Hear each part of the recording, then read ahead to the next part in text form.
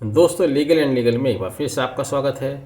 आज अधिवक्ता दिवस है। आप सभी को अधिवक्ता दिवस की बहुत बहुत शुभकामनाएं। लेकिन इससे काम नहीं चलेगा। हमें आज ये भी सोचना चाहिए कि आज हम अधिवक्ता दिवस क्यों मना रहे हैं, क्या कारण है और इसका हमारे जीवन पर क्या प्रभाव पड़ता है या क्या प्रभाव पड़ना चाहिए। दरअसल आप यह भी जानते ही हैं कि अधिवक्ता दिवस आज भारत के पहले राष्ट्रपति डॉक्टर राजेंद्र प्रसाद जी के जन्म दिवस को मनाने के उपलक्ष्य में, उनको याद करने के उपलक्ष्य में मनाया जाता है।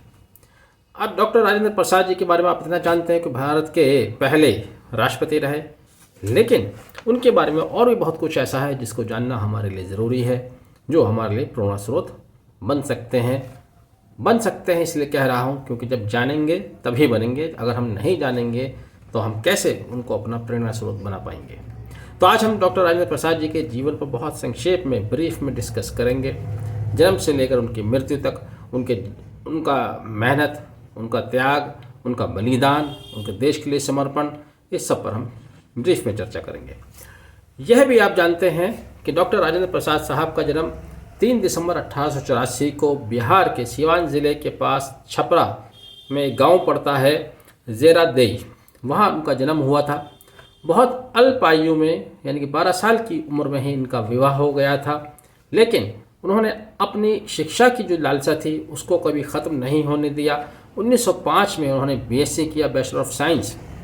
लेकिन यहाँ से उन्होंने अपने सब्जेक्ट को बदला और 1907 में कैलकाटा विश्वविद्यालय से एमए इकोनॉमिक्स किया। तो जो साइंस के स्टूडेंट थे ग्रेजुएट तक, उन्होंने डिग्री हासिल की इकोनॉमिक्स में, पीजी की, और उसके बाद वह अध्यापन में आ गए, यानी कि डॉक्टर राजेंद्र प्रसाद शिक्षक भी रहे।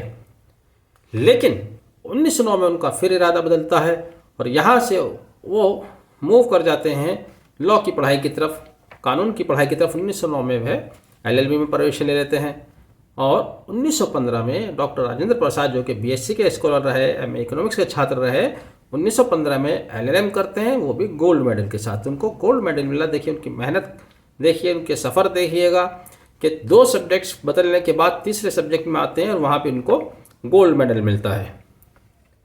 यहाँ से एलएलएम करने के बाद हाई कोर्ट बिहार तथा हाई कोर्ट उड़ीसा में उन्होंने वकालत शुरू की।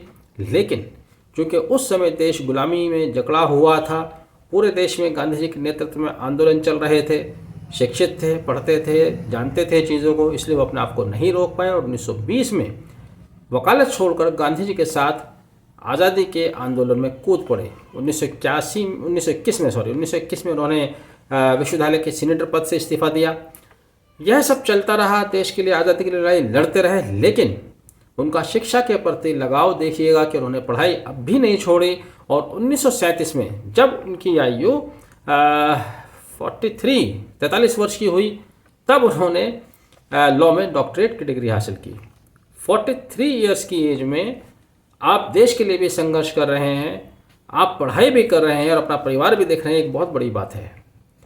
और उनकी इसी मेहनत की वजह से उनको बीच में पहचान मिली। 1934 में उनको राष्ट्रीय कांग्रेस का अध्यक्ष नियुक्त किया गया और जब देश आज़ाद हो गया, देश के लिए संविधान की रचना की जा रही थी, तब ड्राफ्टिंग कमेटी के आप 2 साल 1948 से लेकर 1950 तक चेयरमैन रहे और साल 1950 में जब संविधान अस्तित्व में आया, भारत के पहले राष्ट्रपति चुने गए। आप अगले 12 साल तक राष्ट्रपति रहे, 1962 तक, क्योंकि आपकी मृत्यु 1963 में हुई। लेकिन देखिए उनकी महानता, उनका समर्पण देखिए कि उन्होंने स्वयं राष्ट्रपति पद से सेवानिवृत्त हुए, अपना त्याग पत्र दिया। अब यहाँ सीखने के लिए, अगर आप सीखना चाहें तो बहुत कुछ है। जिस बच्चे की 12 साल की आयु में उम्र हो जाए वो अपना परिवार संभाल लेगा, लेकिन उन्होंने परिवार संभालने के साथ साथ शिक्षा हासिल की, शिक्षक बने। लेकिन उसके बाद उन्होंने लॉ की डिग्री हासिल की, वकालत की, देश के हालात को देखते हुए देश के लिए अपना सारा प्रोफेशन त्याग दिया, फिर संविधान की रचना में महत्वपूर्ण भूमिका निभाई। कुछ समय के लिए भारत सरकार में कैबिनेट मिनिस्टर भी रहे। 1950 में जाकर प्रथम राष्ट्रपति बनते हैं और सारी सेवा करने के बाद अपनी इच्छा से राष्ट्रपति पद त्याग देते हैं।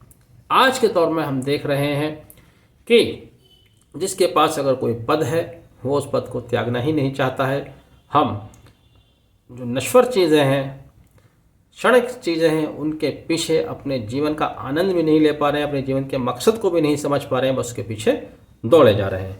इसी वजह से, उनके इसी चरित्र की वजह से उनको साल 1962 में भारत रत्न से भी नवाजा गया।